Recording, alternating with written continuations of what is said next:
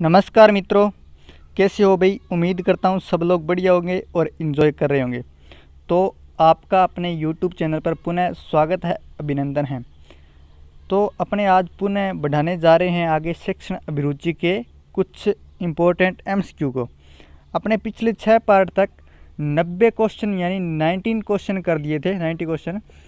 तो अब अपने 91 से 91 से शुरू करने जा रहे हैं, आगे बढ़ा रहे हैं। तो अगर आप इस चैनल पर पहली बार आए हैं तो मैं आपको बता दूं कि इस चैनल पर आपको हर आने वाले कंपटीशन एग्ज़ाम के लिए प्रिपरेशन करवाई जाएगी। तो आप अभी से चैनल को जल्दी से सब्सक्राइब कर लीजिए ताकि आपको आने वाले हर वीडियो की नोटिफिकेशन प्राप्त हो जाए। तो चलिए शुरुआत करते हैं। देखिएगा 91 यानी आज का पहला क्वेश्चन। कक्षा शिक्षण में दृश्य सामग्री का प्रयोग करने में आप किस बात का ध्यान रखेंगे। यानी कि जब आप पढ़ा रहे होते हैं बच्चों को तो आप प्रैक्टिकल रूप से जब कुछ करवा के दिखा रहे हैं, यानी कुछ करके दिखाते हैं बच्चों को, उस टाइम आप किन बातों का ध्यान रखेंगे। तो देखिए, उसे नाटकीय ढंग से प्रस्तुत करेंगे या उसके बारे में बच्चों को पहले से पता न हो, या वह बच्चों को अज्ञात से ज्ञात की ओर ले जाने वाली हो, या वह पाठ्य वस्तु के अनुरूप हो। तो देखिएगा जो डी नंबर ऑप्शन है ये सही है, यानी कि वो शिक्षण सामग्री जो है पाठ्य वस्तु के अनुरूप होनी चाहिए। तो इसका जो राइट आंसर है वो है डी नंबर ऑप्शन। बढ़ते हैं अब नेक्स्ट क्वेश्चन की ओर। नेक्स्ट क्वेश्चन अपना है 92 नंबर। क्या है इसके अंदर लिखा हुआ है, छात्रों का विश्वास प्राप्त करने हेतु शिक्षक को उनके साथ कैसा व्यवहार करना चाहिए। माता जैसा व्यवहार करना चाहिए, या मित्र जैसा व्यवहार करना चाहिए, या गुरु जैसा व्यवहार करना चाहिए, या डी नंबर ऑप्शन है पिता जैसा व्यवहार करना चाहिए। तो देखिएगा जो गुरु होता है यानी जो शिक्षक होता है उसको मित्र जैसा व्यवहार करना चाहिए बच्चों के साथ, क्योंकि तभी छात्र आपके ऊपर विश्वास कर पाएंगे। बढ़ते हैं 93 की ओर। छात्रों में किसका विकास आपकी दृष्टि में सबसे महत्वपूर्ण है। तो काम में लगन, या धर्मानुराग, या श्रम का महत्व, या आत्मविश्वास। तो छात्रों की दृष्टि से अगर हम देखें तो छात्रों में आत्मविश्वास का विकास करना सबसे महत्वपूर्ण है। तो इसका जो राइट आंसर हो जाएगा वो हो जाएगा डी नंबर ऑप्शन। बढ़ते हैं नेक्स्ट की ओर 94 नंबर। निम्नलिखित में से किसने कहा था प्रेरणा छात्र में रुचि उत्पन्न करने की कला है।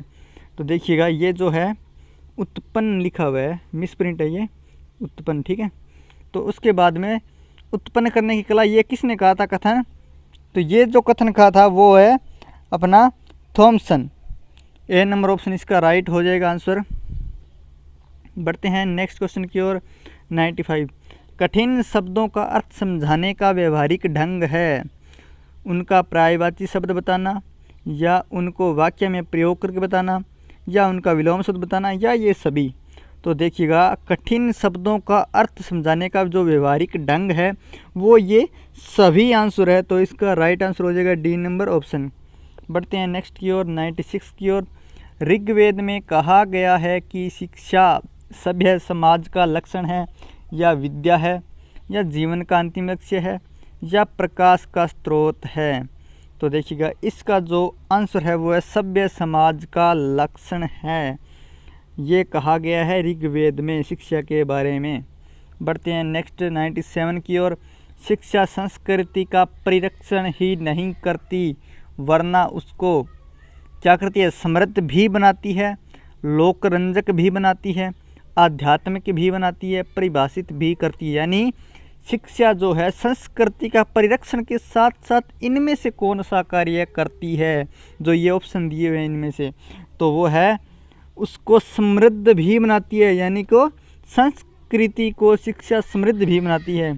बढ़ते हैं नेक्स्ट 98 की ओर। गांधी जी की बेसिक शिक्षा का उद्देश्य बालक को ज्ञान का सागर बनाना था, या अहिंसा और सत्य का पाठ पढ़ाना था, या समाज की आवश्यकताओं के अनुरूप ढालना था, या सत्य का साक्षात्कार करना था। तो देखिएगा तो 98 है, इसका सही आंसर हो जाएगा समाज की आवश्यकताओं के अनुरूप ढालना था। ये इसका राइट आंसर हो जाएगा सी नंबर ऑप्शन। बढ़ते हैं नेक्स्ट की ओर। 99 मनोविश्लेषण विचारधारा का प्रमुख प्रवर्तक किसे माना जाता है। इसका ये माना है यहाँ पर, तो ये मिसप्रिंट है, माना जाता है। तो 99 का जो आंसर है अपने पास है, देखिएगा करन हॉर्नी या थॉर्नडाइक या फ्रोबेल या सिगमंड फ्राइड। तो ये जो कथन है ये है सिगमंड फ्राइड, यानी इसको प्रवर्तक माना जाता है किसका, मनोविश्लेषण विचारधारा का। बढ़ते हैं अपने पास 100 नंबर क्वेश्चन है, 100 नंबर क्वेश्चन। शिक्षण में भिन्न भिन्न शिक्षण विधि का प्रयोग करने से क्या होता है। देखिए ए नंबर ऑप्शन, छात्रों का ध्यान केंद्रित रहता है, या छात्रों को भली प्रकार समझ में आता है, या कक्षा की पढ़ाई रोचक बन जाती है, या ये सभी। तो देखिएगा ये सभी गुण जो है शिक्षण में भिन्न भिन्न शिक्षण विधि का प्रयोग करने से ये सभी गुण आते हैं, यानी छात्रों का ध्यान केंद्रित भी रहता है, वो एक विधि से बार बार बोर नहीं होंगे, अलग अलग विधि अपनाएंगे तो, और छात्रों को भली प्रकार से समझ में भी आएगा, और कक्षा की पढ़ाई रोचक भी बनेगी। तो इसका डी नंबर ऑप्शन सही हो जाएगा। बढ़ते हैं 101 की ओर। शिक्षक को कक्षा शिक्षण के दौरान इस बात का पूरा ध्यान रखना चाहिए कि, किस बात का ध्यान रखना चाहिए, छात्र प्रसन्नतापूर्वक पढ़े, या पाठ पढ़ाने का कार्य पीरियड के समय में पूरा हो जाए, या पाठ के उद्देश्य पूर्ण हो, या कोई छात्र इधर उधर ध्यान न दें। तो देखिएगा अपने को क्या मेन बात ध्यान रखनी है इसके अंदर, कि पाठ के उद्देश्य पूर्ण होने चाहिए। तो ये हो जाएगा अपना सी नंबर ऑप्शन सही। बढ़ते हैं 102 की ओर। कक्षा शिक्षण के दौरान आप छात्रों से कैसे प्रश्न पूछेंगे। पहले पढ़ाए गए पाठ से संबंधित, या उस पाठ से संबंधित जो उसमें पढ़ाया जा रहा है, या बालक के पूर्ण ज्ञान से संबंधित, या उपरोक्त सभी।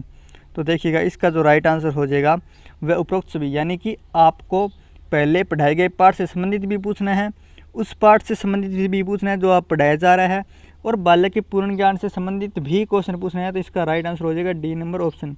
बढ़ते हैं नेक्स्ट 103 की ओर। बहरों के लिए शिक्षा व्यवस्था के क्षेत्र में किसका नाम उल्लेखनीय है। तो ये जो व्यवस्था है इसके अंदर एनी बेसेंट, या मेरिया मोंटेसरी, या विलियम जोन्स, या हेलन केलर। तो इसके अंदर नाम आता है प्रमुख से हेलन केलर का। बढ़ते हैं नेक्स्ट की ओर। शिक्षक की कथनी और करनी में भेद नहीं होना चाहिए, यह कथन किसका है। रविंद्रनाथ टैगोर, या महात्मा गांधी, या जाकिर हुसैन, या मदन मोहन मालवीय जी। तो इसका जो राइट आंसर हो जाएगा वो होगा महात्मा गांधी। ये महात्मा गांधी ने कहा था कि शिक्षक की कथनी और करनी में भेद नहीं होना चाहिए। तो B number option is the right answer. बढ़ते हैं नेक्स्ट की ओर। एक प्रभावी संसूचक के रूप में आप सबसे पहले निम्न कदमों में से किस पर विचार करेंगे।